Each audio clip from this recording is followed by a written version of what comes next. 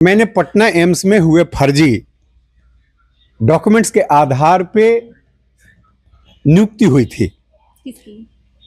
वहाँ 2 डॉक्टर की नियुक्ति हुई थी। एक असिस्टेंट प्रोफेसर के रूप में होना था, एसोसिएट प्रोफेसर के रूप में, लेकिन वहीं के डीन प्रेम कुमार थे, उनका बेटा था, वो असिस्टेंट प्रोफेसर के रूप में उनका नियुक्ति कर दिया गया। और जो अभी वर्तमान में आईजीएमएस के डायरेक्टर हैं, इनके बेटों को ट्यूटर, लैब डेमोन्स्ट्रेटर के रूप में कर लिया गया, कुमार हर्षित राज। आईजीएमएस ने खुद केस किया है कि 45 लाख रुपए का घोटाला हो गया। 4 उसमें आउटसोर्स किए हुए कर्मचारी का नाम देते हुए शास्त्री नगर थाना में एफआईआर की गई है। अगर आप ऑपरेशन करवाने गए हैं, डॉक्टर जो प्रेस्क्राइब किए हैं दवा, और दवा आप ले करके गए हैं अपने साथ, तो ऑपरेशन थिएटर में जब ऑपरेशन होने वाला है, वहां ओटी का जो स्टाफ है वो कहेगा कि ना दवा यहां का पहले से है, उसका पैसा आप दे दीजिए। अजय प्राइवेट में होता था, सुनते थे, सरकारी में प्राइवेट का फायदा उठाने के फेर में वहां के लोग हैं। इसीलिए आज हमारे साथ अरुण पाठक जी, जो कांग्रेस के काफी वरिष्ठ लीडर हैं, साथ में हैं। हम लोग पार्टी फोरम पर भी इसको उठाएंगे और पार्टी के माध्यम से भी पूरे प्रदेश में एजिटेशन चलाने की कोशिश करेंगे। जनता के सुख दुख में हमेशा साथ खड़े रहे हैं। पार्टी इसमें इन्वॉल्व होगी और पार्टी डिमांड करेगी राज्य सरकार से, और जरूरत पड़ा तो हाई कोर्ट में भी हम लोग जाएंगे। नमस्कार, आप न्यूज़ 4 नेशन देख रहे हैं। मैं हूं आपके साथ वंदना। बिहार के नए मुख्यमंत्री सम्राट चौधरी ने हाल ही में एआई की मीटिंग की, जिसमें उन्होंने यह कहा कि एआई जो है हरा गमछा देखकर उस पर कार्रवाई करेगा। उनका कुछ और कहना था, लेकिन अभी जो राजनीति हो रही है उसमें यही चीज चल रही है कि एआई जो है हरे गमछे को पकड़ेगी। लेकिन क्या वही मुख्यमंत्री सम्राट चौधरी एआई में यह भी कहें, क्योंकि वो जो एआई की बैठक थी उसमें अधिकतर लोग स्वास्थ्य विभाग से भी आए हुए थे, उसमें सभी तरह के लोग आए हुए थे। क्या एआई उनके उन डॉक्टरों को भी पकड़ेगा जो ईश्वर के नाम को ले करके, जो उसका जो आवरण है उसका ओढ़ करके उसके आड़े में वो शैतान वाले भी काम कर रहे हैं? हम मानते हैं सारे लोग एक जैसे नहीं होते हैं, लेकिन कुछ वही लोग हैं जो मुख्यमंत्री के नाम का जो है काला एक धब्बा की तरह, स्याही की तरह बने हुए हैं, जिसमें सरकारें शामिल है, चाहे वो केंद्र सरकार हो या फिर बिहार सरकार हो। हमारे साथ एक ऐसे शख्सियत हैं जो परिचय के मोहताज नहीं हैं, बिहार के जाने माने एडवोकेट हैं, जो लड़ाई लड़ रहे हैं और लंबे समय से लड़ रहे हैं। बिहार के सबसे चर्चित हॉस्पिटल आईजीआईएमएस की हम बात कर रहे हैं, जिसके डायरेक्टर इन दिनों आड़े हाथ में कालाबाजारी जिसे कहते हैं वो उनके ऊपर आरोप है। क्या है, सीधा हम सत्येंद्र जी से जानते हैं और इन्हीं से पूरी जानकारी लेंगे। क्या पूरा मामला था आईजीआईएमएस का, पहले वो पूरी बात बताएं। देखिए, आईजीएमएस में पिछले 3.5 वर्षों से डॉक्टर बिंदे कुमार डायरेक्टर के रूप में कार्यरत हैं। आईजीएमएस में 3.5 वर्षों से लगभग आयुष जो भारत सरकार की योजना है, गरीब मरीजों के मदद के लिए, उसमें घोटाले हो रहे हैं और पैसे जो आते हैं भारत सरकार से वो सीधे डायरेक्टर के अकाउंट्स में आते हैं। आईजीएमएस ने खुद केस किया है कि 45 लाख रुपए का घोटाला हो गया। 4 उसमें आउटसोर्स किए हुए कर्मचारी का नाम देते हुए शास्त्री नगर थाना में एफआईआर की गई है। मैं समझता हूं जब डायरेक्टर के खजाने से, उनके अकाउंट से ये पैसा निकला, तो वो 4 कैसे हैं? निम्न कैटेगरी के ये नीचे जो क्लर्क हैं या चपरासी या जो भी कहिए, गार्ड की तरह का, वो कैसे कर सकते हैं बगैर टॉप पर बैठे हुए जिनके अकाउंट है उनके मिलीभगत से? तो ये बड़ा घपला चल रहा है। और एक बात मैं और आपको कहूंगा, ये तो दिखता है, मैं ये दावे के साथ कह सकता हूं। वहां पर एक घटना मैं बता रहा हूं आपको। एक पेशेंट गए, हम भी गए हुए थे, बताया गया इमरजेंसी में मरणासन स्थिति में थी, बताया गया कि नहीं, बेड नहीं खाली है। एक दैनिक जागरण के पत्रकार बंधु ने डायरेक्टर साहब से बात की और 1.5 घंटे के बाद उन्होंने कहा कि नहीं है। तो सीबीआई से अप्रोच किया गया।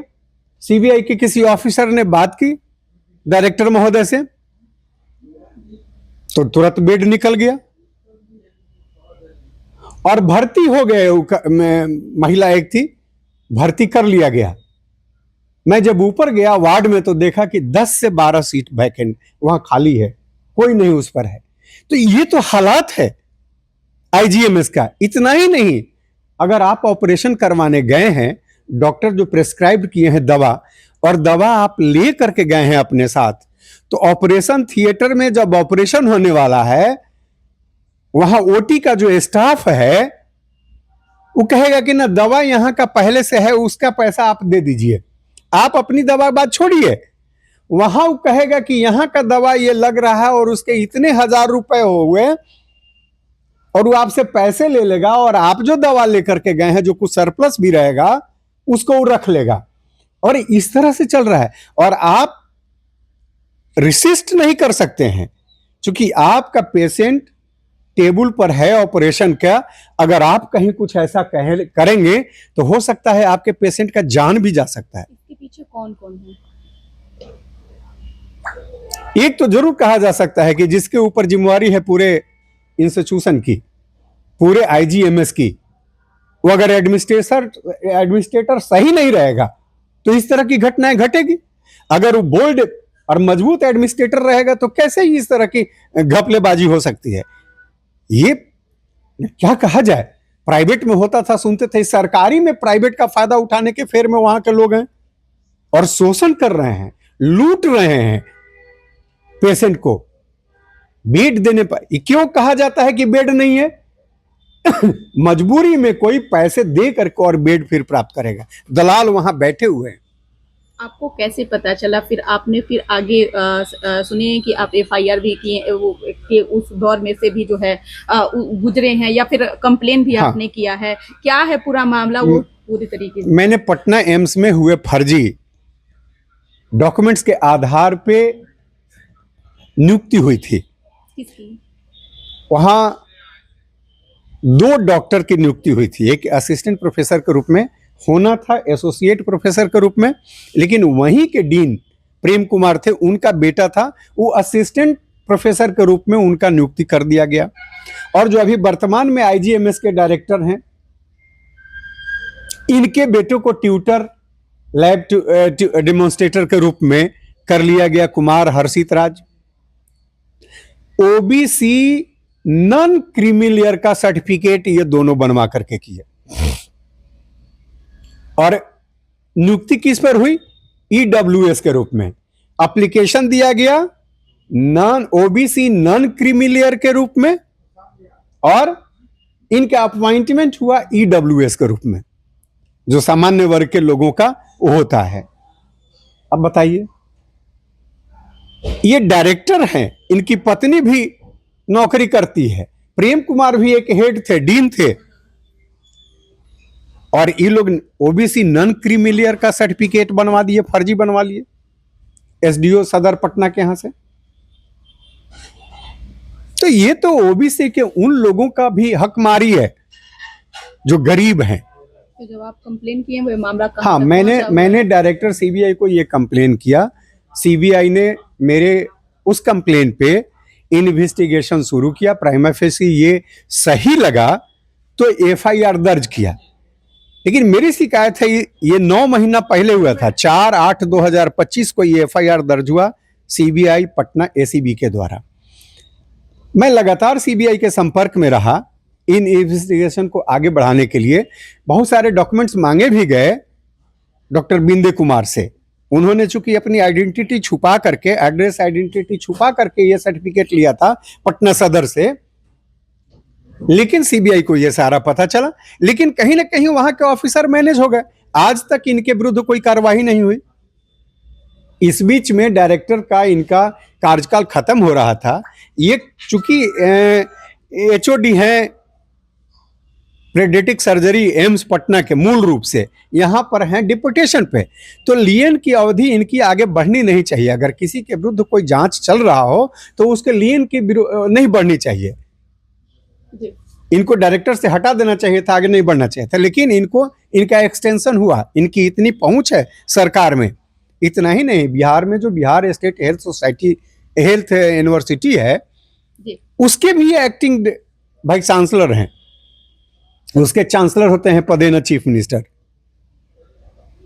सर हाल ही में आपने भी देखा होगा खूब हाई वोल्टेज ड्रामा आईजीएमएस में चला था, जो सारे नर्सेज जो थी वो गेट के बाहर ऑलरेडी ये लोग ताला बंद करके जो है खिलाफ में काफी प्रदर्शन भी हुआ, हंगामा भी हुआ। क्या लगता है इस तरह की चीजें और सभी विभागों में हो रहा है? सब जगह हो रहा है। उन नर्सें क्या आरोप लगा रही थी कि ये हमें धमकी देते हैं कि आपको फेल कर देंगे, हम जैसे कहते हैं वैसे करें, अपने स्टाइपेंड में से मुझे दीजिए।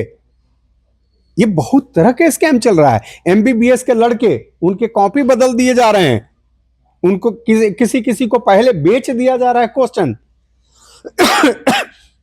ये लगातार घटनाएं घट रही है और आप प्रेस के बंधु लोग इसको लगातार उजागर भी कर रहे हैं। फिर भी न बिहार सरकार पे न भारत सरकार पे किसी तरह का असर पड़ रहा है। इसीलिए मैंने आज मांग किया है कि राष्ट्रपति महोदया जो इस देश की कस्टोडियन है, वो किसी हाईकोर्ट के, पटना हाईकोर्ट के ही सिटिंग किसी जज के सुपरविजन में ये इंक्वायरी करवाएं। चूंकि जो इन्वेस्टिगेटिंग ऑफिसर हैं उनको कहीं ना कहीं से ये लोग मैनेज कर रहे हैं। इतने रसूख वाले लोग हैं। एक सवाल आपसे अभी है कि बिहार में नए स्वास्थ्य मंत्री निशांत बनाए गए हैं, जो पूर्व में मुख्यमंत्री के बेटे हैं। क्या आप उनसे मिलेंगे, उनसे इन तमाम सारी बातों को उनके सामने में रखेंगे? क्योंकि नीतीश कुमार हमेशा से सुशासन के नाम से ही जाने गए हैं। लगता है कि ये इसमें सचमुच में न्याय होगा आपको? नहीं, हेल्थ मिनिस्टर से पहले तो मैं कोशिश करूंगा कि डायरेक्ट जिसके अंदर में ये महोदय हैं, मुख्यमंत्री जी, उनसे मिलूं। चूंकि वो चांसलर हैं, पार्ट है एक, हेल्थ मिनिस्टर पार्ट नहीं है। बिहार स्टेट हेल्थ यूनिवर्सिटी के चांसलर हैं और उनके बिहाफ में एक्टिंग वाइस चांसलर के रूप में ये काम कर रहे हैं। तो जो काम हो रहा है वो जा रहा है मुख्यमंत्री के जिम्मे भी। निश्चित। और सत्येंद्र जी, मेरा कहने का अर्थ ये है कि ये तो एक मुद्दा हो गया ना। बिहार में सारे हॉस्पिटलों की अगर देखा जाए तो एक ही तरह के रंग रोगन से रंगा हुआ है। तो क्या उन भी चीजों पर आपकी फोकस है? आगे आने वाले समय में लोगों को न्याय मिले, सही इलाज हो, जो गरीब लोग आते हैं खासतौर पर ऐसे ग्रामीण क्षेत्र से जो कभी चाहते हैं कि वो अपने परिवार को स्वस्थ करके ले करके जाएं हॉस्पिटल से, लेकिन दुर्दशा आप भी जानते हैं कि पटना के हॉस्पिटलों का क्या है। तो क्या इन तमाम समस्याओं को भी लेकर के आप स्वास्थ्य मंत्री से भी मिलेंगे जब आप इस तरह की पहल को शुरू किए हैं? हाँ, जरूर। और मैं मानता हूं कि स्वास्थ्य मंत्री चूंकि अभी कोरा कागज है, किसी तरह का कोई न व्यवहार में न बात में कहीं कोई कमी नहीं नजर आई है। तो मुझे विश्वास है कि धीरे धीरे जब ये अनुभव करेंगे और ये सही दिशा में ले भी जाएंगे। मैं उनसे, उनके पदाधिकारियों से जब सारा चीज़ सेटअप ठीक हो जाएगा तो इस पे बात करूंगा। और कुछ मित्रों के माध्यम से जो हमारे प्रतिनिधि भी हैं, जो हमारे वोट से जीतते हैं, वैसे जो विधान परिषद में, विधानसभा में है, उन लोगों के थ्रू इन सारे मुद्दों पर बात हो भी रही है। मिनिस्टर के यहाँ उनके जो ऑफिसर हैं, चूंकि अभी मिनिस्टर को अनुभव कम है, इसलिए ऑफिसर से सबसे पहले बात हो रही है कि कैसे आप रोगियों के लिए इंतजाम करेंगे ताकि कोई उन्हें टहला नहीं सके, उनके इलाज का वहां पर कम से कम जाए कोई तो ख्याल रखे। इन सारी बातों पर हो रही है और आगे बात भी करेंगे। सर, आप पेशे से भले ही एडवोकेट हों, लेकिन आपका जो एक व्यक्ति के तौर पर आप कांग्रेस से भी जुड़े हुए हैं। लगता है कि कांग्रेस जिस पार्टी का आप एक स्तंभ बने हुए हैं, एक पिलर बने हुए हैं, एक सदस्य बने हुए हैं, एक सिपाही बने हुए हैं, लगता है कि अगर आप कांग्रेस के आड़े हाथ लेते हुए अगर इस काम को करेंगे तो पूरा होगा? क्योंकि विपक्ष लगता है बिहार में कि मतलब मजबूत है, या फिर क्या लगता है आपको? देखिए, शुरू में मैंने नॉन पॉलिटिकल आदमी के रूप में एज ए एडवोकेट डायरेक्टर के यहाँ पत्र लिखा था, शिकायत किया था। लेकिन बाद में हालात जो स्थिति बनी है, मैं पार्टी से तो जुड़ा हुआ हूँ, लेकिन अपने आप को इस मुद्दे पर पार्टी से अलग रखे हुए था। लेकिन अब बात बन नहीं रही है, पार्टी में एक शक्ति होती है, तो मैं ये कोशिश कर रहा हूँ कि मेरी पार्टी इसमें पूरे तौर पे इन्वॉल्व हो। चूंकि सरकार कहीं से मान नहीं रही है, 9 महीने हो गए, 9 महीने कम नहीं होते हैं। तो मैंने अपने अध्यक्ष जी से बात भी किया है कि इस जनहित से जुड़े हुए मुद्दे को पार्टी भी ले। इसीलिए आज हमारे साथ अरुण पाठक जी जो कांग्रेस के काफी वरिष्ठ लीडर हैं साथ में हैं। हम लोग पार्टी फोरम पर भी इसको उठाएंगे और पार्टी के माध्यम से भी पूरे प्रदेश में एजिटेशन चलाने की कोशिश करेंगे। अगर जहां पर जरूरत पड़ी, अरुण पाठक जी, आप तो कांग्रेस के बड़े नेता हैं, तो जरूरत पड़ेगी तो आप इस मुहिम को आगे तक लेकर के जाएंगे कि जैसे हमेशा से विपक्ष सरेंडर कर चुकी है उस तरह से सरेंडर? नहीं, हम लोग ऐसे विपक्ष नहीं को सिलेंडर कर जाए। हर जनहित का जो भी मामला है उस पर हम लोग मुखर होकर बोले हैं। कहाँ दिख रहे हैं आप लोग? नहीं, अभी तो हमेशा कहीं नहीं दिख रहे हैं। मैं हमेशा बोला हूँ पार्टी के फोरम पर, ऐसे भी आप लोग को भी बुला के बोले हैं। जनहित के मामले पर जनता के सुख दुख में हमेशा साथ खड़े रहे हैं। पार्टी इसमें इन्वॉल्व होगी और पार्टी डिमांड करेगी राज्य सरकार से, और ज़रूरत पड़ा तो हाई कोर्ट में भी हम लोग जाएंगे जनहित याचिका के माध्यम से। अच्छा सर, बिहार में नए मुख्यमंत्री बने हुए भी समय हो गए, महीने 2 महीने बीतने वाले हैं। लगता है कि उनकी कामों को आप देख रहे हैं कि अच्छे तरीके से हो रहा है, या फिर आप लोगों को ये सब करने की आवश्यकता नहीं है, मुख्यमंत्री संभाल सकते हैं, उनमें कैपेबिलिटी है? अब इसमें देखिए ऐसा है कि आप 2 दिन पहले देखिए होंगे पब्लिक डोमेन में एक बाइट चला था जिस पर माननीय मुख्यमंत्री जी ने मोहनदास करमचंद गांधी को क्या कहा था, कर्मकांड गांधी। तो बहुत ज़्यादा वो हम लोग को उम्मीद नहीं है राज्य सरकार से, क्योंकि राज्य सरकार जिस जगह से गाइड हो रही है वो इस निष्पक्षता का कोई उम्मीद नहीं है। जनता को मुखर होना पड़ेगा, और जो विपक्ष के लोग हैं मैं चाहूँगा कि सब लोग साथ में आए। अलग विपक्ष के लोग भी। अंतिम न्याय कहाँ आप देख रहे हैं कि अंतिम न्याय कहाँ होगा, किस जगह होगा? आप लोग फिर क्या करेंगे? न्यायालय में करेंगे। न्यायालय में ही इसका उपाय होगा। जाएंगे? बिल्कुल जाएंगे। पहले हाई कोर्ट होता है जी। पहले ये हाई कोर्ट का मामला चूंकि बिहार से जुड़ा हुआ है तो पहले हाई कोर्ट से हमको उम्मीद है कि 100% न्याय मिलेगा और हाई कोर्ट इस पर कड़ा एक्शन लेगी जो न्याय प्रणाली है। लगता है सर कि ये जो अभी चल रहा है भ्रष्टाचार का एक लड़ी है, जो कड़ी जो कहते हैं जिसको, वो आपके इस पहल से खत्म होने का कोई ऐसा देख रहे हैं उम्मीद? देखिए, भ्रष्टाचार तो बेलगाम हो गया है और ये भारत सरकार के नेतृत्व में चल रहा है। अगर नहीं ऐसा होता तो भारत सरकार जब नियुक्तियां कर रही है कहीं भी, अब देखिएगा देश में, देखिए ना, अभी विश्वविद्यालयों की ही घटना देख लीजिए कि प्रोफेसर हैं तो वो हिस्ट्री के हैं, प्रोफेसर वो होम साइंस के हैं, वाणिज्य के हैं। लॉटरी सिस्टम के तहत लोगों की नियुक्ति कर दी जा रही है। हिस्ट्री के मास्टर ज्योग्राफी पढ़ा रहे हैं, ज्योग्राफी के मास्टर इकोनॉमिक्स पढ़ा रहे हैं, प्रोफेसर वही मास्टर हो प्रोफेसर हो। ये इस तरह की चीज़ें जो है वो बढ़ती जा रही है। जहाँ तक अभी तक नहीं हुआ था, मगध कॉलेज की हम बात कर रहे हैं, जहाँ अभी हॉस्टल के जो इंचार्ज हैं वो अब तक के लेडीज हॉस्टल को वहाँ पे अपॉइंटमेंट करना चाहिए था, वो अपॉइंट न करके वहाँ पे जेंट्स देख रहे हैं। बताइए वो किस हालत में लड़की रहेगी, कुछ तकलीफ भी होगा, वो किससे कहेगी? तो क्या इस तरह के आगे आने वाले समय में इन सब चीज़ों पर रोक लगे, इस पर भी पहल आप लोगों की रहेगी? क्योंकि लगातार इस तरह की चीज़ें सामने आ रही है, बच्चियां भी कह रही हैं, जनप्रतिनिधि भी इस तरह की चीज़ों को लेकर के आ रहे हैं, चीज़ें बढ़ती जा रही है। हाँ, ये गलतियां हो रही है, मेरे भी संज्ञान में ये आया है। हिस्ट्री सोशल साइंस का प्रोफेसर वाणिज्य महाविद्यालय का प्रिंसिपल बना दिया जा रहा है जी।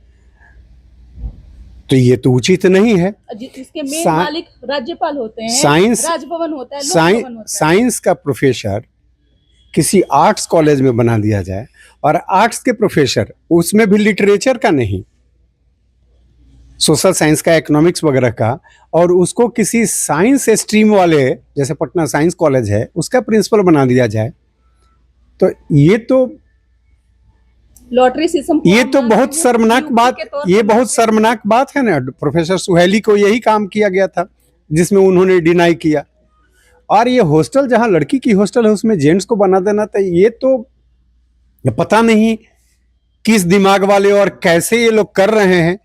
कभी उनके संज्ञान में आया भी कि नहीं आया कि एक गर्ल्स हॉस्टल है? ये तो अजीब हो रहा है, लेकिन हो रहा है, ये हो रहा है। असल में क्या है ना कि बगैर पढ़े लिखे हुए कई जगहों पर लोग पदस्थापित हो जा रहे हैं, तो यही होगा। बहुत बहुत शुक्रिया सर बात करने के लिए। तो हमारे साथ बात करने के लिए थे सत्येंद्र कुमार, जो पटना के जाने माने एडवोकेट हैं और कांग्रेस से भी जुड़े हुए हैं। हमारे साथ थे कांग्रेस के बड़े नेता अरुण पाठक, जिनसे हमारी बातचीत हो रही थी। मामला बहुत बड़ा है, IGIMS से जुड़ा हुआ है। सीधे तौर पर डायरेक्टर पर आरोप लगाया जा रहा है, भ्रष्टाचार, कालाबाजारी, तरह तरह के आरोप लगाए जा रहे हैं। उम्मीद है कि इन्होंने जो पहल की शुरुआत की है, जो इसकी शुरुआत की है, वो लोगों को न्याय मिले, इसका जो है सभी लोग को इंतजार है।